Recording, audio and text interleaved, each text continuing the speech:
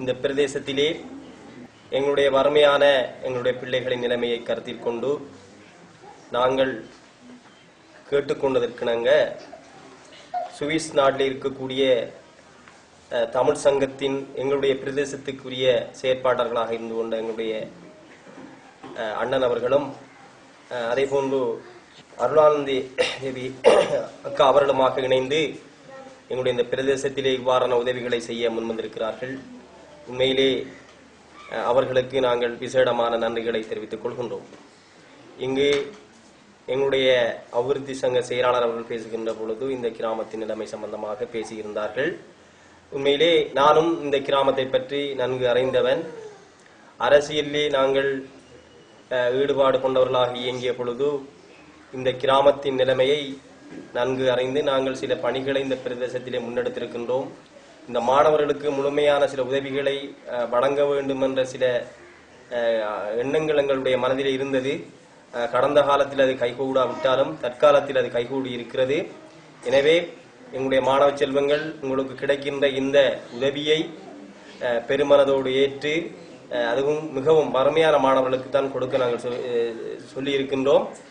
அதை நீங்கள் பெருமனதோடு ஏற்று நீங்கள் அதனை ஒரு உங்களுடைய வளர்ச்சியில் ஒரு படிக்கல்லாக எடுத்து நீங்கள் அதனை பயன்படுத்திக் கொள்ள வேண்டும் என்று நான் அன்பாக கேட்டுக்கொள்கின்றேன். நாங்கள் இந்த கிராமம் சம்பந்தமாக இந்த கிராமத்திலே அதிகமான கணவனை இழந்த தாய்மார்களும் போராட்ட ரீதியாக பாதிக்கப்பட்டவர்களும் இந்த கிராமத்திலே அதிகமாக இருக்கிறார்கள். அதன் நிமித்தம் இந்த கிராமத்திற்கு உதவிகள் செய்ய வேண்டும் என்ற எண்ணத்தோடு நாங்கள் செயற்பட்டிருந்தாலும் எங்களுடைய மக்களின் தேவைகளை நிறைவு செய்து கொள்ள முடியாத ஒரு நிலைமை இருக்கிறது. ஏனென்றால் இந்த நாட்டில் ஏற்பட்ட போர் சூழல் எங்களுடைய மக்களை மிகவும் மோசமான ஒரு வறுமையான நிலைக்கு கொண்டு விட்டிருக்கின்றது. எனவே இன்று உங்களுக்கு இங்கு கிடைக்கப்பெறுகிற உதவி சிறிய உதவியாக இருந்தாலும் எங்களுடைய தலைவர்கள் நீங்கள் முயற்சி உள்ளவர்களாக செயற்பட வேண்டும். உங்களுடைய வாழ்க்கையில் ஏற்பட்ட இழப்புக்கு இந்த அரசினால் வழங்கப்படுகிற உதவியோ அல்லது அரசார்பற்ற நிறுவனங்களால் வழங்கப்படுகிற உதவிகளோ பெரிதாக இல்லாவிட்டாலும் நீங்கள் சுய முயற்சியை கொண்டு நீங்கள் உங்களுடைய குடும்பங்களை ஒரு உயர்வான இடத்திற்கு செல்ல வேண்டும். அவ்வாறு நீங்கள் அந்த முயற்சி உள்ளவர்களாக இருந்து செயற்படாவிட்டால் நிச்சயமாக எங்களுடைய சமூகம் மிகவும் ஒரு மோசமான நிலைக்கு இட்டு செல்லக்கூடிய நிலப்பாடு அதிகமாக இருக்கிறது. இன்று எங்களுடைய இந்த நாட்டில் இருக்கின்ற கடந்த கால அரசாங்கமாக இருந்தாலும் சரிதான், தற்காலத்திலும் கூட இந்த பாதிக்கப்பட்ட மக்களுக்குரிய எந்த விதமான உதவிகளையும் செய்யக்கூடிய எந்த திட்டமும் இந்த அரசிடம் இல்லை என்றுதான் என்னால் சொல்ல முடியும். நல்லாட்சி அரசாங்கம் மாற்றத்தை ஏற்படுத்தி இருந்தாலும் கூட எங்களுடைய மக்கள், அதாவது இந்த யுத்தத்தால் பாதிக்கப்பட்ட மக்கள் எந்த விதமான ஒரு நல்ல ஒரு உதவியையும் பெறவில்லை என்றுதான் சொல்ல வேண்டிய ஒரு நிலைமையிலே நாங்கள் இருந்து கொண்டிருக்கிறோம். உங்கள் சம்பந்தப்பட்ட விடயத்திலே நாங்கள் பல கருத்துக்களை முன்வைத்திருக்கிறோம். நான் பல இடங்களிலே பேசியிருக்கிறேன். ஒரு குடும்பத்திலே கணவனும் மனைவியுமாக அரச உத்தியோகம் பெற்றாலும் கூட அந்த குடும்பத்தை வழிநடத்த தத்தளிக்கிற இந்த காலகட்டத்திலே தனது கணவனை இழந்த, தனது பிள்ளைகளை இழந்த குடும்பம் எவ்வாறு தனது குடும்பத்தை வழிநடத்தி செல்ல முடியும் என்ற கேள்வியை நான் பல இடங்களை தொடுத்திருக்கிறேன். உண்மையிலே நாங்கள் இந்த கிராமம் சம்பந்தமாக எங்களுடைய விடுதலை போராட்டத்திலே கூடுதலான பற்றுறுதி கொண்டவர்களாக இந்த கிராமத்து மக்கள் இருந்திருக்கிறார்கள். அவர்களை நாங்கள் மிகவும் உயர்ந்த இடத்தில் வைத்து பார்க்க வேண்டும். அதன் அடிப்படையில் அவர்களுக்காக நாங்கள் சில பணிகளை எங்கள் அரசியல் ரீதியாகவும் முன்னெடுத்தும் இருக்கின்றோம். எனவே அவ்வாறு நாங்கள் எங்களுடைய கிராமத்தின் வளர்ச்சிக்காக ஒன்றுபட்டு செயற்பட வேண்டும்.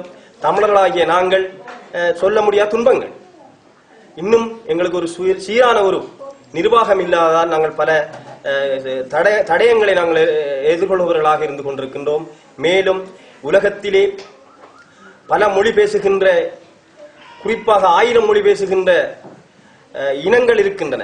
அதிலே 10 மொழி பேசுகின்றவர்களை முதன்மைப்படுத்தியிருக்கிறார்கள். அந்த 10 மொழியிலே தமிழ் ஒன்று. அவ்வாறான தமிழில் நாங்கள் பிறந்தவர்கள் ஒரு நிலையான இருப்பு இல்லாமல் தத்தளிக்கின்ற நிலைமை இன்றும் இருந்து கொண்டிருக்கிறது. அதற்காக பல உயிர்களை நாங்கள் இழந்திருக்கின்றோம். அந்த தியாகங்களுக்காக எங்களுடைய இளைஞர்களும் எங்களுடைய தாய்மார்களும் பிள்ளைகளுமாக நாங்கள் ஒன்றுபட்டு செயற்பட வேண்டியவர்களாக இருக்கின்றோம். எங்களுக்கு எந்த ஒரு நிலைமையும் இல்லாத ஒரு நிலைமையிலே நாங்கள் இப்பொழுது வாழ்ந்து கொண்டிருக்கிறோம். எங்களுடைய தமிழ் மக்களுடைய எதிர்கால அரசியல் நடவடிக்கை எங்களுக்குரிய நிலையான தீர்வு என்ற அடிப்படையில் இந்த தமிழ் தேசிய கூட்டமைப்பு செயற்பட்டாலும் எங்களுடைய மக்கள் மத்தியிலே பல ஆதங்கங்கள் நிறைந்த வண்ணம் இருந்து கொண்டிருக்கிறது.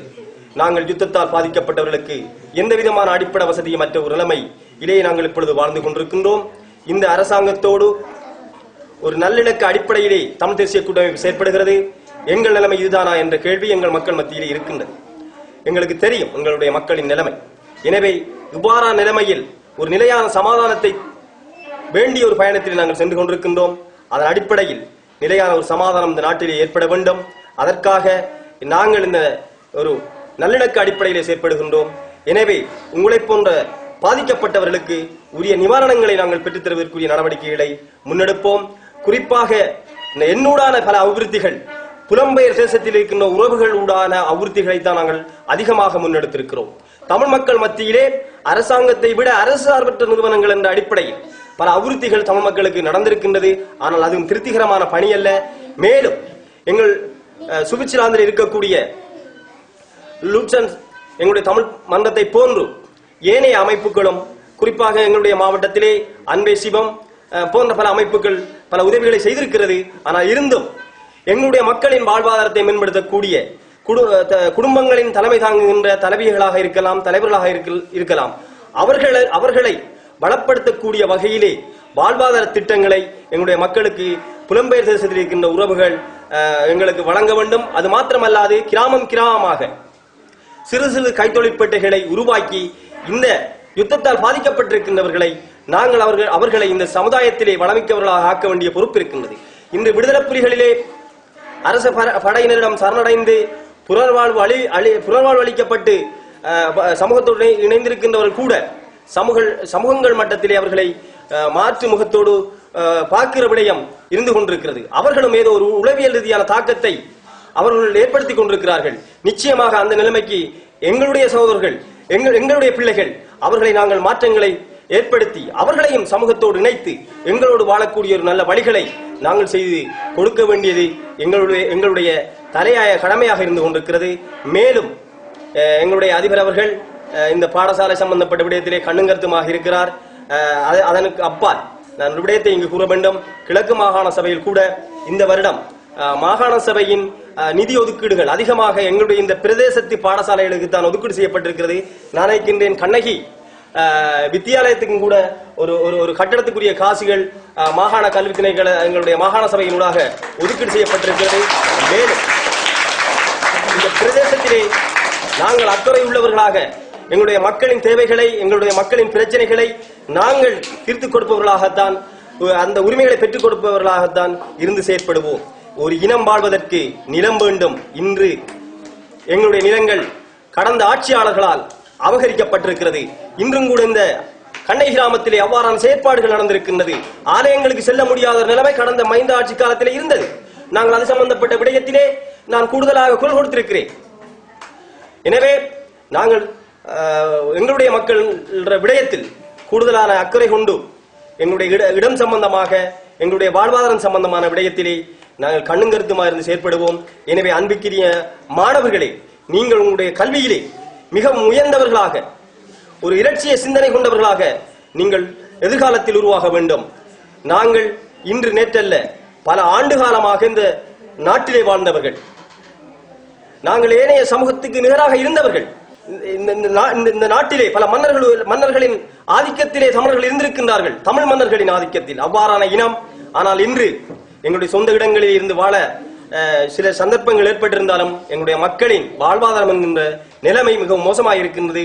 அந்த விடயத்தில் நீங்கள் ஒவ்வொருவரும் மிகவும் கண்ணும் கருத்துமாக இருந்து செயற்பட வேண்டும். நிச்சயமாக உங்களுக்கு வேண்டப்பட்ட உதவிகளையும் செய்வதற்குரிய நடவடிக்கைகளை நாங்கள் எதிர்காலத்தில் ஏற்படுத்துவோம். இவ்வாறான சிறிய உதவி உங்களுடைய மாணவ செல்வங்களின் எதிர்கால கல்வி செயற்பாட்டுக்கு ஒரு உறுதுணையாக அமையும் என்ற நம்பிக்கையோடு வாய்ப்புகளை ஏற்படுத்த அனைவருக்கும் நன்றி கூறி விடைபெறுகின்றேன்.